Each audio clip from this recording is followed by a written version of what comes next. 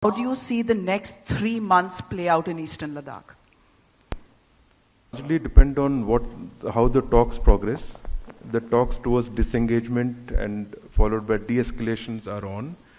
And we do hope that the talks will progress along the lines that are expected. The current progress is slow. What we see is increase in effort to dig in for the winter in terms of forces on ground, in terms of deployments of air assets that have happened in the airfields close by. So we are taking our actions also accordingly. So it will largely depend on how the talks progress. The whole focus is currently on the talks. And we also hope that the talks will progress in the right direction. As far as Air Force is concerned, Defense Forces are concerned, we see the ground reality after that, and our further action will depend upon the ground reality.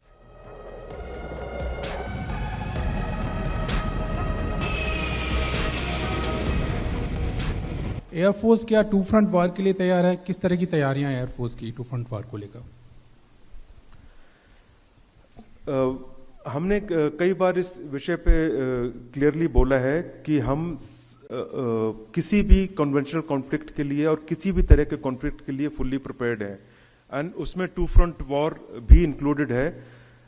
हमारी हमेशा ये focus रहता है कि हमारी operational capability current threat scenario के against buildup की जाए, अगेंस्ट प्रिपेयर्ड रहे, एंड हमारी कैपेबिलिटी पूरी तरह से तैयार है टू फ्रंट वॉर के लिए भी. You made your comments about the swift deployment of Air Force in Ladakh during the standoff with China. If you could tell us, give us some details on the deployment there.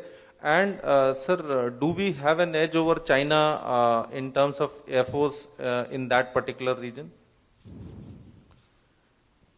I mentioned swift and rapid deployment, but it was not only Ladakh. Ladakh is a small area, and we have some airfields there where we have deployed our assets. That is very small part of our deployment. We have deployed across to all relevant operational locations that is required to access this area. The details of our deployment I obviously can't go into, but be rest assured that we have deployed strongly and are firmly in place to handle any contingency. With respect to your question on whether we are in position to take on China in that area, of course we are. There is no question of not taking over, not taking on the threat there. We are very well positioned, and there is no question that in any conflict scenario there, China can get the better of us.